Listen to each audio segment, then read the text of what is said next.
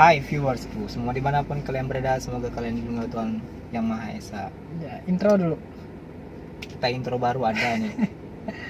Gimana? Para Didin Squad. Nah itu Didin. Apa, Din? Kada jelas lah. Kada jelas Berarti lah. kita harus intro aja gini, yang biasa. Za, za, za. Muek, bam. Lanjut.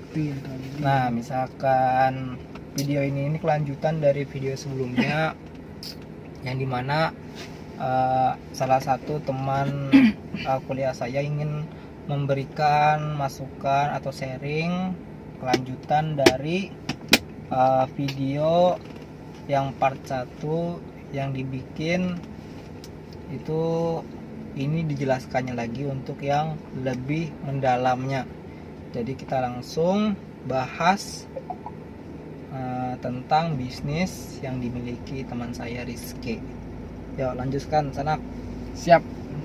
Thank you, Didin. Nyaman ku dengarkan semua Baik. masukannya. Oke. Nah, jadi di konten ini mungkin pembahasannya sama ya. Cuman karena di konten selanjutnya itu kan di taman ya. Jadi mungkin teman-teman kurang bisa menyimak karena banyak ada suara yang aneh-aneh lah, ya kan? Karena di taman. Nah, di sini saya akan memperjelaskan lagi ya, dimana peluang bisnis ini sangat banyak ditawarkan oleh teman-teman saya, dan juga saya juga menawarkan untuk teman-teman juga gitu kan. Nah, jadi perlu teman-teman ketahui bahwa di dunia ini ada dua paradigma kerja. Nah, dimana paradigma tersebut itu ada paradigma umum sama paradigma sukses ya. Paradigma umum sama sukses. Yang namanya umum itu kan pasti sharing dipakai orang ya. Yang namanya umum pasti kebanyakan dipakai orang gitu kan. Nah, jadi ini saya ada ada bukunya. Nah, teman-teman bisa lihat ya.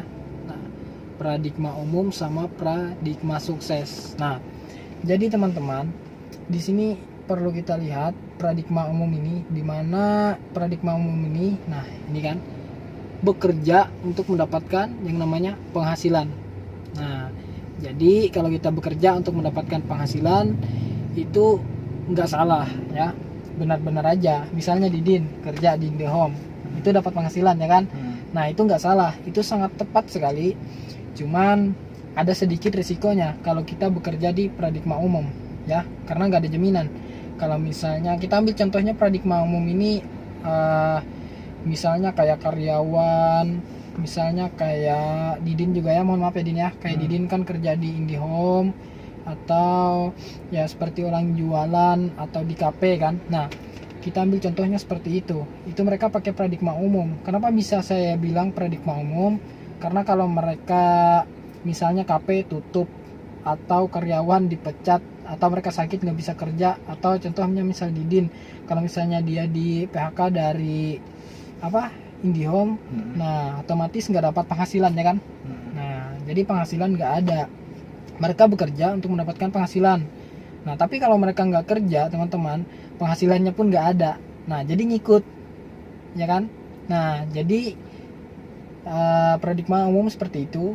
Nah, jadi paradigma suksesnya ini kawan-kawan. Jadi bisa lihat di sini paradigma suksesnya ya, dimana kita bekerja untuk membangun yang namanya aset. Nah, ini aset ya kawan-kawan. Kalau aset sudah terbentuk, ya penghasilan akan pasif.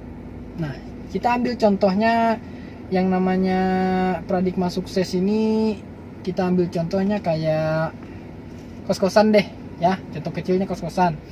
Misalnya si Didin ya, Didin mau ngebangun kos misalnya, kira-kira butuh modal nggak Din? Butuh modal. Kira-kira butuh desainnya dulu nggak? Butuh ya? Betul. Ya, harus ada desainnya pula. Nah, jadi semuanya di awal kita untuk membangun kos-kosan itu di awal harus butuh proses, harus butuh modal. Nah, ketika semuanya sudah ada, terus kos-kosannya sudah jadi dan sudah ada yang nginap di kos-kosan tersebut, kira-kira dapat nggak penghasilan Din? Dapat. Dapat penghasilan per bulannya ya kan. Nah, kalau misalnya pertanyaan gini Din, kalau misalnya Didin gak kerja tapi punya aset kos-kosan, kira-kira dapat nggak penghasilan? Tetap dapat. Tetap dapat ya, Mm-mm. walaupun Didin gak kerja. Mm-mm. Atau Didin santai-santai tidur-tiduran tapi asetnya sudah terbentuk, tetap dapat penghasilan ya kan. Mm-mm, Nah, betul. penghasilannya pasif teman-teman. Jadi itulah yang saya kerjakan pada saat inilah, yang pada saat sekarang ini saya mengerjakan sebuah bisnis, yaitu di Pradigma Sukses. Saya kerja ya di awal mungkin ya teman-teman ya, kalau teman-teman tahu saya ya pasti teman-teman sudah tahu bisnis apa yang saya jalankan ya. Nah, jadi di bisnis ini, di bisnis yang saya tawarkan ini tidak cuma halnya kita jualan atau kita cuma berbisnis doang. Di bisnis ini banyak komunitasnya, ada komunitas positif. Bahkan saya sendiri pun ya yang menjalani bisnis ini, itu kami ada grup futsalnya. Nah, itu enaknya kawan-kawan. Jadi bisnis ini pun fleksibel kami jalankan. Nah, kembali lagi ke pembahasan. Ini paradigma sukses tadi. Ya, mudah-mudahan teman-teman bisa memahaminya, apa itu paradigma sukses dan apa itu paradigma umum. Nah, ya, paradigma umum ini 95% orang berada di paradigma umum, sedangkan paradigma sukses ini cuma ya sekitar 10 atau 5% lah orang yang ada terletak di sini. Nah, makanya itu saya memberikan sebuah peluang untuk kawan-kawan ya, dimana paradigma sukses ini sangat membantu untuk masa depan kita. Contohnya gini aja deh kawan-kawan, ini kan masa pandemi ya, banyak sekali orang di PHK, banyak sekali orang yang kehilangan pekerjaannya. Ketika mereka sudah kehilangan pekerjaan, kita lihat apakah mereka mendapatkan penghasilan? Tidak kawan-kawan.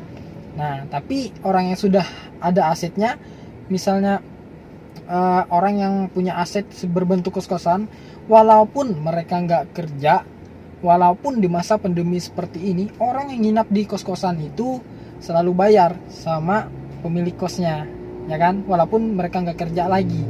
Nah, itu enaknya kalau kita memiliki aset.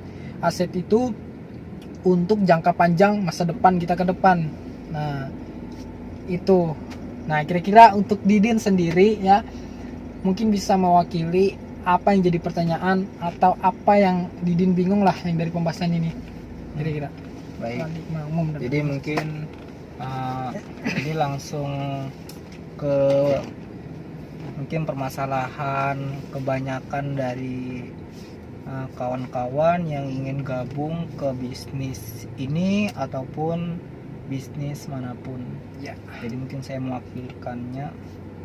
Jadi gini, biasanya kan bisnis itu butuh modal, Oke. dan modal biasanya menjadi kendala yang paling besar. Tapi saya percaya kalau sekedar modal mungkin bisa dapat di mana aja gitu. Nah, anggapannya tuh kita tuh cari duit tuh bahasanya buat modal dari bisnis ini mungkin bisa aja cari gitu. Nah, udah diusahakan masing-masing. Tapi kalau kita menjalankan bisnisnya ini nanti ke depannya itu memiliki apa, kayak kita punya jiwa bisnis ini gitu. Nah, kayak mungkin bisnis ini cocok gitu nah buat kita. Sebenarnya gambaran dari bisnis yang kita jalankannya ini bakalan untungnya itu seperti apa gitu nah. Jadi anggapan kan misalkan kita disuruh harus ada modal misalkan 1 juta rupiah. Lalu 1 juta rupiah ini itu kita cari misalkan. Habis kita cari, alhamdulillah nih dapat 1 juta. Ya. Terus kita gabung ke bisnisnya. Oke.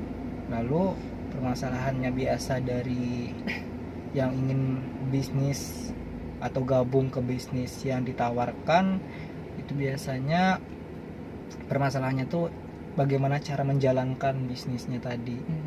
Sebenarnya kalau bisnisnya itu bisa menguntungkan kan otomatis kenapa tidak kita gabung. Anggapan kita modal 1 juta gitu kan, habis itu dengan harapan bisnisnya ini bakalan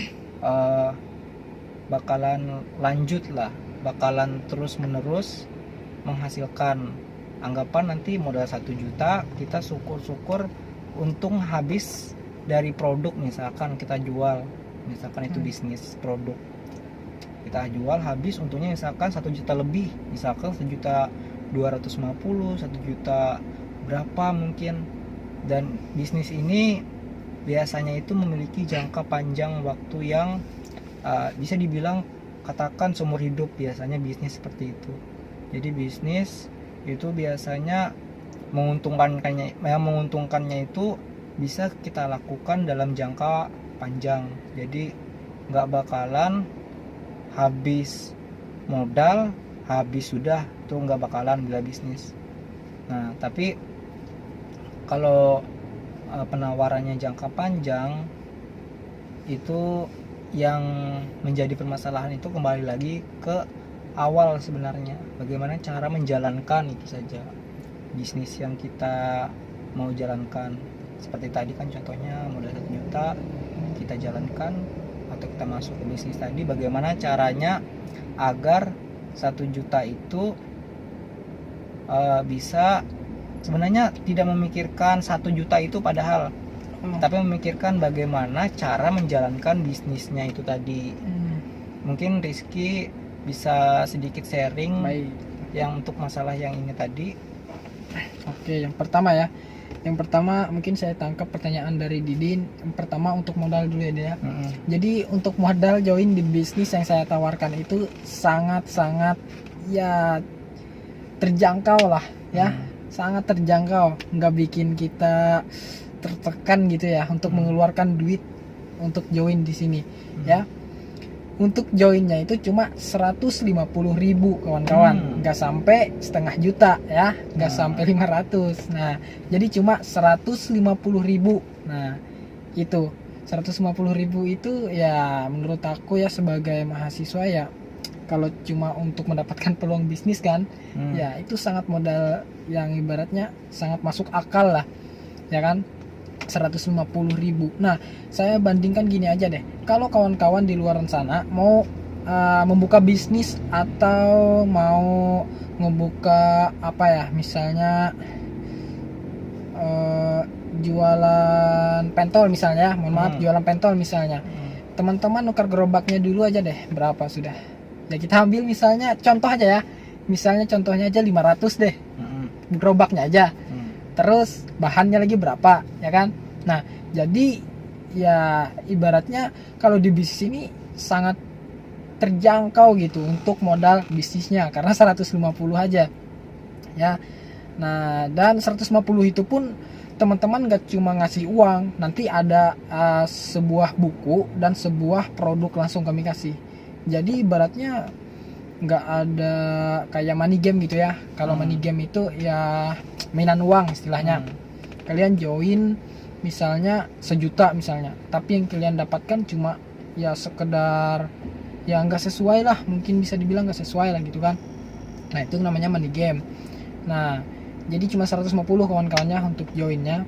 Mohon maaf ini bukan sejenis promosi, cuman kan kita juga apa ya sambil sharing lah ya kan. Betul. Karena saya mahasiswa dan Didin juga mahasiswa, mungkin yang menonton ini juga ada mahasiswa gitu kan. Ya. Dan yang kedua itu terkait caranya ya. Cara kita menjalani bisnis ini sangat-sangat mudah kawan-kawan, sangat mudah sekali ya. Kenapa sangat mudah? Karena nanti kalau misalnya kalian join ya, kalian ngejalanin bisnis ini, itu ada orang yang ngebimbing kalian ya. Mungkin saya sendiri yang langsung ngebimbing kalian yang join ya. Kalau misalnya Didin join, saya yang langsung ngebimbing Didin ya. Itu enaknya di bisnis ini. Jadi untuk lebih detailnya caranya seperti apa ya, ya mungkin saya akan mengupas ya di luarnya aja. Itu tadi, kalau untuk caranya nggak bingung sama sekali karena langsung saya bimbing. Nah, ada juga para leader-leader atau mentor saya nanti yang bantu ngebimbing. Nah, saya pun di awal seperti orang kebingungan, nggak tahu apa-apa, tapi karena dibimbing ya bisa gitu kan, dapat penghasilan lumayan, jalanin bisnisnya lancar, alhamdulillah. Ya prinsip saya gini kawan-kawan. Bisnis jalan kuliah aman. Nah gitu. Jadi saya bisnis saya jalan, kuliah saya aman. Nah, itu yang saya terapkan saat ini. Nah, sama satu lagi apa? ada yang mau ditanya itu kan, kalau bisnisnya ini kita bilangnya itu apa ya, sistem ya. Kalau pernah dengar ini bisnis berbentuk sebenarnya MLM atau seperti apa sebenarnya? Kalau untuk saya pribadi sebenarnya MLM itu bagi saya itu hanya sebuah sistem di mana MLM ini membuat suatu struktur di mana orang yang bergabung itu bakalan dibimbing oleh upline atau bahasanya leader kita bilang. Jadi nggak bakalan dilepas seperti itu aja, soalnya betul. Yang dari member, kita bilangnya apa ya, member kah apa member aja lah. Member aja lah. Jadi misalkan yang member yang baru masuk itu nanti nggak bakalan dilepas atau bukan dilepas sebenarnya, nggak bakalan kebingungan nggak bakalan kebingungan, soalnya ada leader atau upline yang bakalan ngajarin member baru tadi. Makanya kenapa sebenarnya sistem dari penjualan itu sebenarnya ada dua yang tahu, itu yang MLM atau yang langsung distributor dari produk apa itu kayak tempat produksinya. Jadi misalkan produksi sikat gigi putih misalkan, itu langsung memproduksinya di tempat produksinya, langsung dijual langsung ke tempat titik-titik yang dijual seperti itu. Kalau untuk yang MLM ini sendiri, ini dipegangnya itu dari member ke member. Jadi kenapa seperti biaya kirim, kayak biaya iklan dan lain-lainnya itu lebih dibebankan. Artinya aku bukan masalah bahasanya itu bukan dibebankan, tapi diberikan tanggung jawabnya kepada member yang menjalankan bisnis tadi. Kenapa MLM sebenarnya di Indonesia MLM ini dipandang buruk karena ada beberapa oknum yang pernah menggunakan bisnis tapi menggunakan sistem MLM tapi tidak bertanggung jawab, seperti yang Rizky bilang tadi, ada yang namanya money game, yang duit main uang gitu. Jadi kan ceritanya orang itu ngasih uang tapi uangnya tuh hilang dan produknya tuh nggak jelas. Itu yang bikin mindset penduduk Indonesia terhadap MLM itu dipandang buruk. Sebenarnya tidak, bila kalian pelajari MLM itu seperti apa itu. Jadi MLM itu hanya sebuah sistem di mana caranya perusahaan menjual produknya itu menggunakan member to member. Jadi membernya itu yang bakalan menjualkan produknya ke member lain kah atau ke orang lain. Jadi mereka tidak melakukan transaksi secara langsung. Jadi kan misalnya kata tadi yang masalah yang gosok gigi putih tadi, jadi kan itu langsung ke tempat yang bersangkutan seperti itu. Jadi enggak segala, jadi mereka itu harus menyiapkan biaya pengiriman, mereka harus menyiapkan biaya iklan. Itu cara penjualan secara langsungnya tadi. Tapi kalau MLM sendiri, MLM ini dikasih kayak tanggung jawab kepada member untuk menjual produknya, jadi agar produknya itu dapat terjual melalui member tadi itu. Jadi bagaimana Riz? Itu perusahaan yang Rizky tawarkan itu sistemnya seperti apa? Bisa dijelaskan? Jadi di bisnis ini ya memang bisnis MLM ya. Cuman kan yang seperti Didi jelaskan tadi, kenapa MLM ini banyak orang memandang dari sisi keburukannya? Karena itu tadi ada oknum yang tidak bertanggung jawab. Yang ada namanya money game. Nah, money game itu yang seperti saya jelaskan di awal tadi, money game itu mereka join dengan jumlah uang yang cukup besar, tapi hasilnya itu ibaratnya nggak sesuai dengan apa yang kita join di pertamanya gitu. Nah, itu yang namanya money game. Dimana money game itu ya kalau bahasa Indonesianya ya itu mainan uang gitu kan.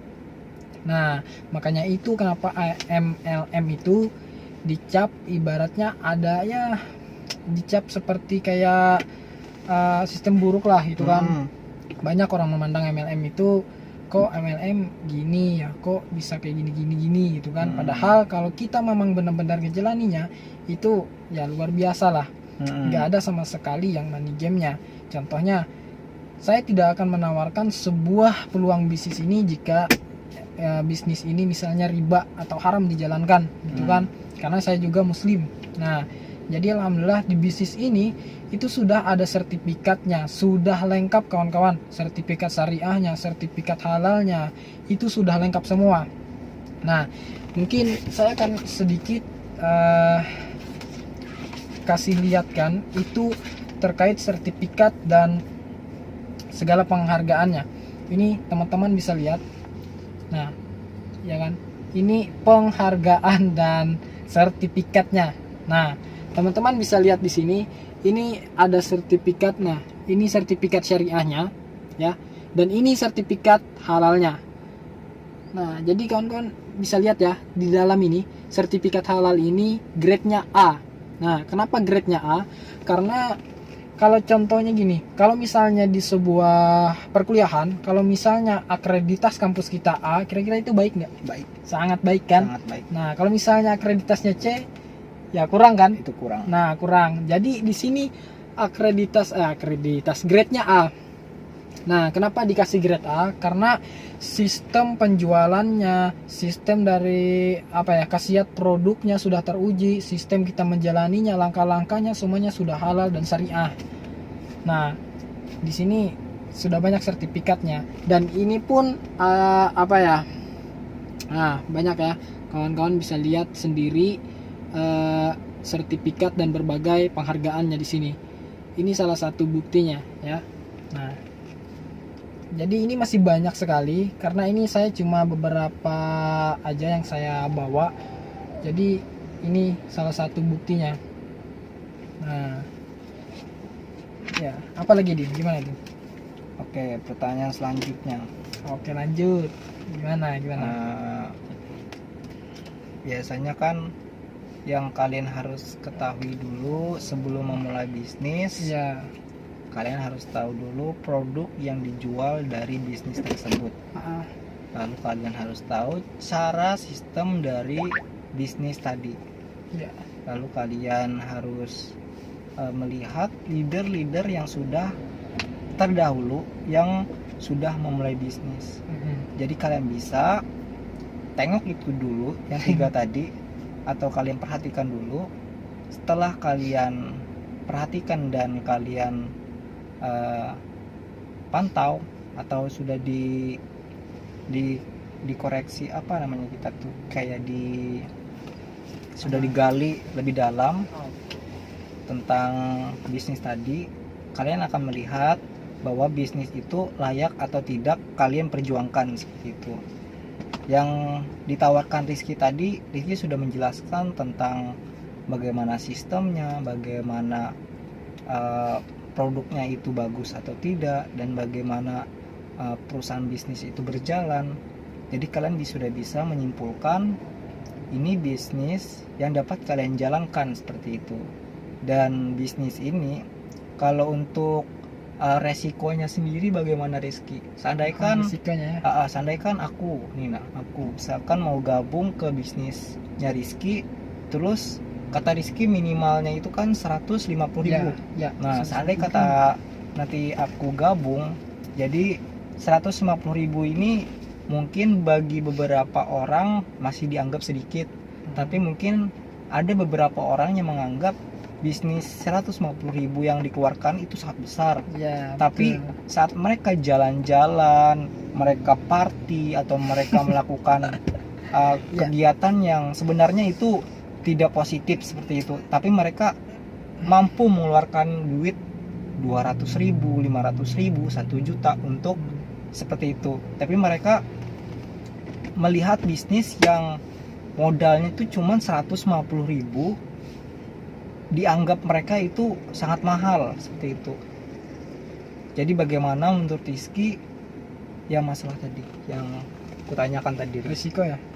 Iya. Gimana? Nah, jadi untuk resiko di bisnis ini bisa dibilang ya nggak terlalu berat lah.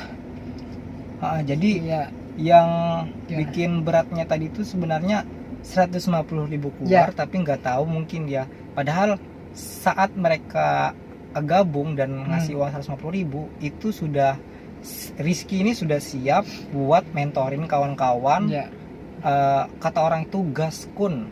Jadi Gaskun, langsung kawan. kita ke prakteknya kata Rizky. Iya, betul. Jadi bukan hanya kalian nitip uang 100.000 terus menghilang, enggak. Jadi Rizky di sini sebagai upline sekaligus leader bagi member-member atau orang yang baru ingin bergabung ke bisnisnya Rizky.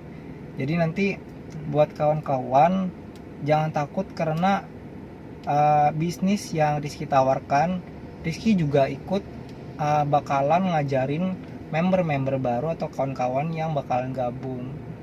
Makanya Rizky di sini sebagai leader, dan kawan-kawan yang masih belum paham atau belum mengerti tentang bisnis yang sedang Rizky tawarkan ini, jadi kalian bisa langsung follow IG-nya Rizky, nanti saya sediakan di link deskripsi.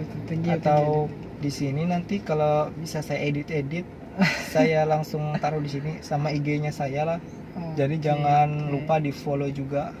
Oke, thanks Sanak. Jadi karena misalkan kalian mau gabung, chat aja langsung inbox ke Rizky.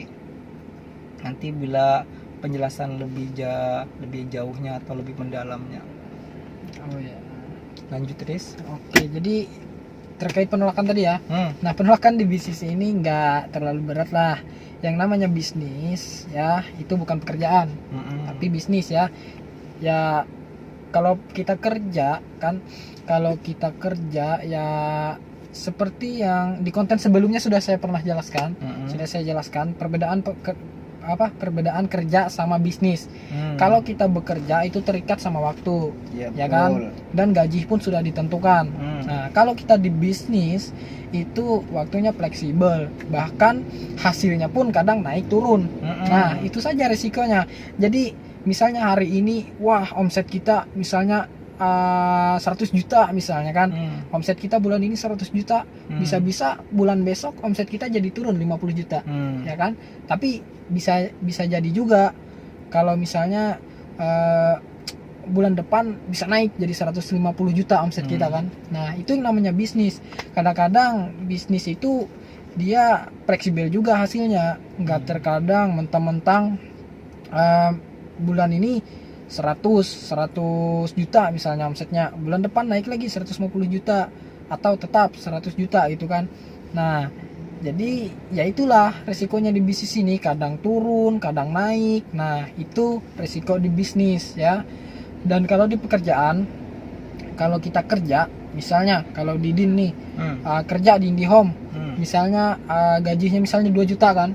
Nah, bulan ini gaji Didin 2 juta misalnya di IndiHome. Bulan depan pun pasti masih tetap 2 juta ya kan. Sampai bulan berikutnya pasti tetap 20 tetap 2 juta. Amin ya, amin. Pasti tetap 2 juta. Nah, itu perbedaannya kerja sama bisnis, dan itu resiko bisnis ya. Dan resiko bisnis yang saya tawarin tadi, yaitu resikonya cuma penolakan. Terkadang ada konsumen yang nolak dari kita kan, mau misalnya beli produk ini tapi tidak jadi, ya kan, penolakan aja. Itu cuma penolakan resikonya. Nah, jadi teman-teman gak usah takut lah, karena saya juga sudah sering ditolak. Iya. Sharing ya. Jadi sebenarnya di pekerjaan saya pun penolakan itu sudah lumrah. Jadi saya mungkin nggak kaget tentang penolakan karena saya kerja di IndiHome juga sering bahasanya tuh ditolak, atau bahasanya pasar tuh mungkin cancel mungkin ya. Iya, nah cancel itulah orang. Jadi ya menurut saya itu biarlah jadi pembelajaran ke depannya. Sebenarnya orang menolak itu pasti ada sebabnya. Jadi itu makanya kalian jadikan pembelajaran, itu kalian tengok apakah yang menolak itu tuh, yang bikinnya nolak itu apa, seperti itu. Apakah gara-gara produknya yang kurang menurut yang diminta, atau sistemnya, atau apa gitu. Jadi kalian saat kalian prospek kembali orang yang tadi, kalian sudah tahu bagaimana cara menyampaikan produk yang seharusnya kalian sampaikan. Karena jujur saja, meskipun saya kerja di IndiHome, kan brand Telkom itu tidaklah brand yang kecil seperti itu. Karena kalian ketahui, Telkom adalah akses jaringan yang tergolong sudah raksasa seperti itu perusahaannya. Karena sudah PT besar, tidak seperti PT-PT kecilan. Bukan kaleng-kaleng ya. Bukan kaleng-kaleng. Kalian wifi di rumah pakai IndiHome. Nanti kuputusin nanti wifi kalian. Kalau bila masih nunggak-nunggak nanti diputusin wifi-nya nanti. Jadi jangan lupa bayar tepat waktu ya wifi-nya. Nyepek nih ya.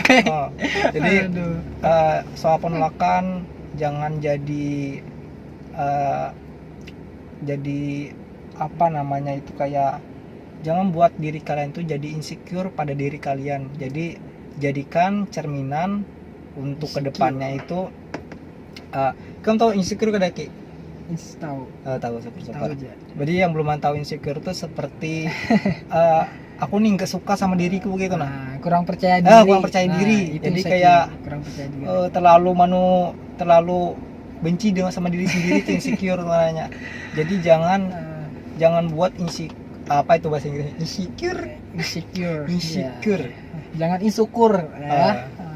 Syukuri apa yang ada. Jadi jangan anggap diri kalian itu tidak berguna atau kalian itu tidak bisa melakukan apa-apa. Karena kalian pernah dengar nama Jack Ma atau kalian pernah Jack Ma luar biasa. Jack Ma ya. Itu dari Cina kan. Nah, Jack Ma itu kisah yang membuat saya inspirasi gitulah. Jadi dia itu pernah melamar kerja di sebuah perusahaan, salah tempat, kata namanya tuh kayak apa nih, KFC itu lah kalau ada salah. Kamu pernah dengar ceritanya bukan yang di KFC dia pernah ditolak? Kalau itu pernah. Nah betul, soalnya sudah dikoreksi sama teman saya. Jadi dia itu pernah mengajukan lamaran di salah satu perusahaan KFC seperti itu, tapi karena dia mungkin dilihatnya tidak profesional atau bukan profesional, apa tuh, seperti tubuhnya mungkin atau gaya berpenampilannya itu kurang apa kata orang itu, kayak cakep lah bahasanya kan bila kalian pernah lihat Jack Ma ya seperti itulah penampilan Jack Ma. Tapi kenapa Jack Ma sekarang bisa melewati itu semua, lalu dia membuat perusahaannya sendiri yang kalian ketahui itu namanya adalah perusahaan Alibaba. Itu adalah perusahaan terbesar di Cina yang pasti, dan itu juga salah satu yang terbesar di dunia seperti itu.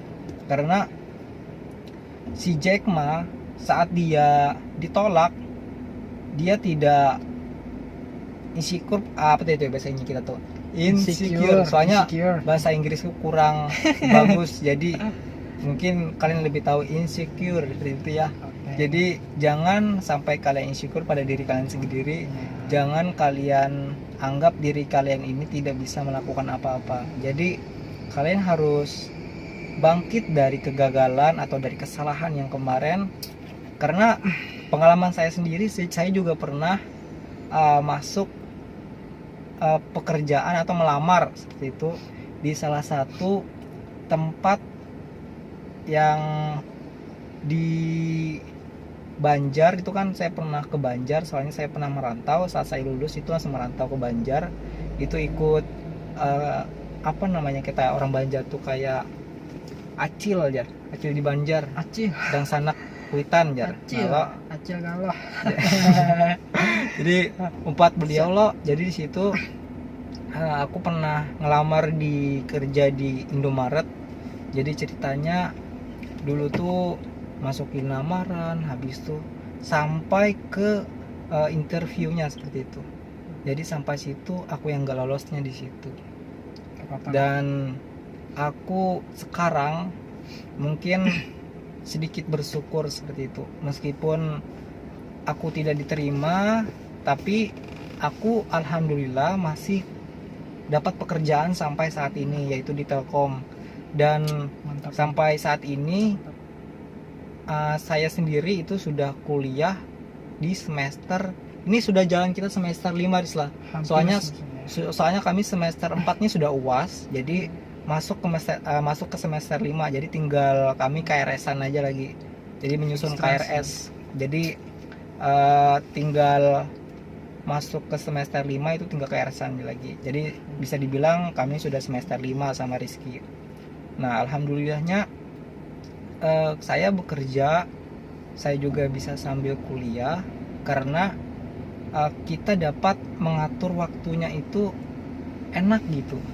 Jadi misalkan, soalnya saya juga pernah lihat konten YouTuber yang lain itu dia itu kerja di Alfamart tapi dia juga bisa kuliah seperti itu. Jadi itu juga bagus, tapi aku kurang mendalami itu, entah dia kerja apa tuh, kerja bila yang kuliahnya itu yang reguler atau apa aku nggak tahu. Itu kalian bisa tonton yang channelnya, ini aku selalu bilang channel lah, namanya tuh bisa dibilang Tante Ismi ya katanya. Tante Ismi. Nah, nanti aku kasih gambar, di situ ada channel YouTube-nya, jadi kalian bisa lihat juga.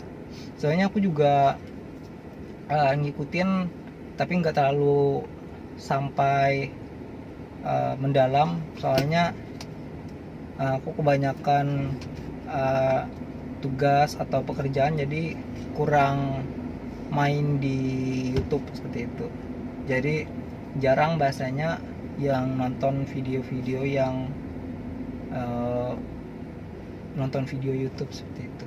Jadi buat kalian, kuliah sama kerja selama kalian mampu, kerjakan seperti itu. Jangan menunggu nanti-nanti, karena bagi mahasiswa saat mereka kuliah dan nanti setelah selesai kuliah, nanti mereka pasti akan dihadapkan dengan dunia kerja. Jadi saya punya mindset sendiri, kalau saya nanti setelah kuliah baru bekerja, itu mungkin akan memakan waktu sedikit lama untuk mendapatkan pengalaman yang seharusnya saya dapatkan dari awal. Jadi misalkan kalian kuliah semester 2, jadi semester 2 kalian sudah berani mulai untuk kerja apapun itu, selama kerja itu positif dan itu bisa mengembangkan soft skill dan skill kalian, jadi kenapa tidak kalian kerjakan seperti itu.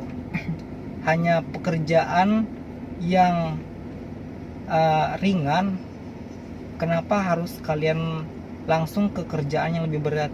Maksudnya gimana, Riz? Maksudnya kerjakan dulu yang pekerjaan yang lebih ringan yang bisa kalian kerjakan dulu. Nanti kalau kalian sudah cukup merasa mampu mengerjakan pekerjaan yang sedikit lebih besar, coba kalian ambil yang lebih besar tadi, tapi coba dulu yang lebih kecil untuk membiasakan seperti itu. Apapun itu pekerjaannya, entah itu bisnis kecil-kecilan atau apalah itu, jual ini jual itu, selama itu memberi pengalaman bagi kalian, kalian bisa kerjakan dahulu. Jadi setelah kalian sudah kalian sudah jalan, kalian pasti sudah memiliki pengetahuan tentang pekerjaan yang sebenarnya itu dapat dipakai nanti di kemudian hari di pekerjaan lain. Jadi misalkan kalian itu kerja apapun itu, misalkan kalian bertemu dengan orang, itu pekerjaannya. Jadi misalkan saya tidak ingin mengambil jauh-jauh, saya ingin mengambil contoh pada diri saya sendiri saja. Pekerjaan, misalkan saya pekerjaan di IndiHome, jadi marketing IndiHome, jadi yang menawarkan pemasangan WiFi. Jadi saya di situ sering bertemu atau berkomunikasi dengan orang-orang baru. Jadi saya tidak tahu si A, si B, tapi tiba-tiba karena sebuah komunikasi saya tiba-tiba tahu si A dan si B, dan itu jadi sebuah momen dimana kalian bisa manfaatkan itu sebagai sumber dari kontak baru kalian. Jadi misalkan orang baru itu kenal sama kalian. Nah, nanti setelah di kemudian hari atau misalkan sudah bertahun-tahun, berbulan-bulan, nah nanti orang itu akan dapat kalian sharing atau kalian dapat apa namanya kan, kayak bisa Ya. saling silaturahim gitu nah, silaturahmi gitu nah. Jadi kalian data yang kalian punya, apa namanya Riz, bila orang yang punya koneksi gitu Riz, Maksudnya gimana nih? koneksi kayak aku nih punya kenalan gitu nah. Ya. Jadi kenalanku tuh kawan di sharing silaturahmi gitu nah. Jadi kan Oh. bisa kita menambah apa namanya tuh, nambah kontak, nambah orang-orang gitu kan. Jadi kayak koneksi lah, kata orang kita koneksi. Jadi kita punya koneksi, misalkan kita punya koneksi orang, misalkan orang apa ya, orang pejabat misalkan, atau orang polisi misalkan.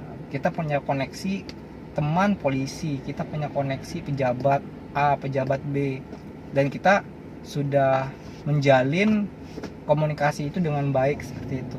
Dan itu kita dapat gunakan misalkan seandainya kata misalkan nanti kita di kemudian hari kita nanti punya bisnis yang mungkin bisnis ini cocok untuk si A atau si B tadi, dan itu memang keperluan dari si A si B tadi, dan kita bisa tawarkan, dan itu produk yang kita tawarkan itu menyesuaikan dari kebutuhan dari si A atau si B tadi.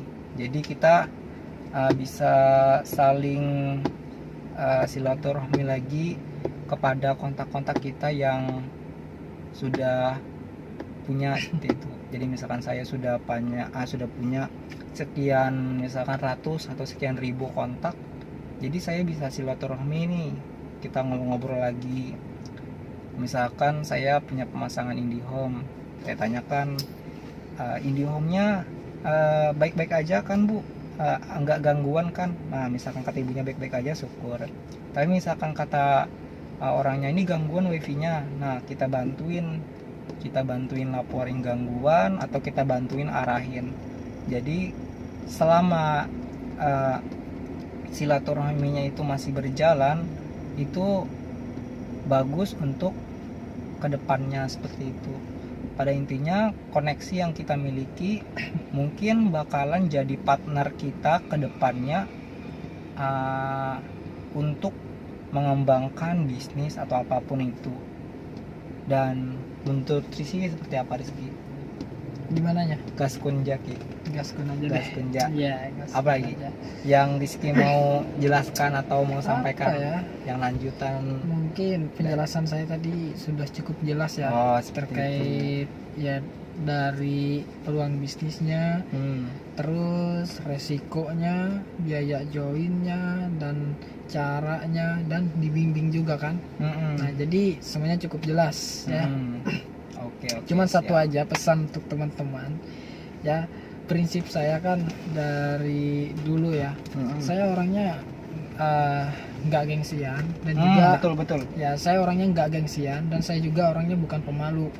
Nah mungkin adalah malu-malu dikit lah, asal jangan malu-maluin lah. Betul Ya kan? sekali, jangan malu-maluin. Kalau gengsi saya ada, cuman kalau untuk hal yang positif ngapain saya gengsi gitu kan. Betul. Karena gini teman-teman, kalau kalian gengsi ya, kalau misalnya kalian mau jualan, mau bisnis, atau mau kerja, kalian gengsi, itu nggak bikin teman-teman untuk kaya. Nah, tapi ketika teman-teman sudah kaya, otomatis teman-teman pasti bergengsi. Nah, betul. jadi untuk di awal proses ya jangan gengsi, jangan malu dengan apa yang teman-teman kerjakan, karena itu sesuatu yang positif. Nah, kita bisa malu, bisa gengsi, bisa malu karena sesuatu yang kita kerjakan ini hal yang negatif, hal yang tidak baik gitu kan, hal yang buruk. Nah, itu ya kita bisa malu. Nah, jadi kalau misalnya kita mau menghasilkan, jadi mahasiswa yang ibaratnya menghasilkan gitu kan. Nah, jadi jangan malu untuk kerja, jangan malu untuk berbisnis, jangan malu lah gitu kan untuk bertanya-tanya atau ada peluang dari teman-teman gitu kan. Nah, jadi itu aja pesan saya untuk kawan-kawan, jangan pernah gengsi. Dan satu lagi kata Didin tadi, kalau teman-teman insecure ya atau tidak percaya diri, ubahlah insecure itu jadi bersyukur kawan-kawan. Nah, kita bersyukur dengan apa yang sudah kita miliki ini. Nah, karena apa yang kita miliki sekarang itu belum tentu orang yang di luar sana memilikinya teman-teman ya. Banyak sekali saya bertemu orang-orang yang ya mohon maaf, orang-orang yang ibaratnya kan ya, ibaratnya gimana ya saya ngomongnya ya, orang-orang yang ibaratnya butuh apa yang saya butuhkan sekarang. Saya sudah memiliki ini dan mereka pun mau memiliki ini, sedangkan saya sendiri mau memiliki itu. Nah, itu karena saya kurang bersyukur. Jadi cobalah belajar untuk bersyukur. Apa yang kita miliki saat ini itu ya alhamdulillah gitu kan, syukuri apa yang ada. Karena letak kebahagiaan itu bukan seberapa kekayaan kita, bukan seberapa kegantengan kita atau kecantikan kita, tapi bagaimana cara kita bersyukur, itulah letak kebahagiaannya. Ketika kita selalu bersyukur ya insya Allah kita akan selalu bahagia gitu kan. Nah, itu teman-teman pesan dari saya ya, mungkin itu aja Din ya. Oke, Terima siap. kasih, thank you buat Didin ya. Oke, terima kasih juga buat Oke. Rizky yang sudah meluangkan waktunya buat sharing seputar bisnis yang dipunyai Rizky, mau sharing ke kita semua, dan itu mungkin bermanfaat bagi saya sendiri Iya. dan bagi kawan-kawan, karena bisnis itu dimulai karena kalian menginginkannya, maka bisnis akan terwujud dengan sebegitu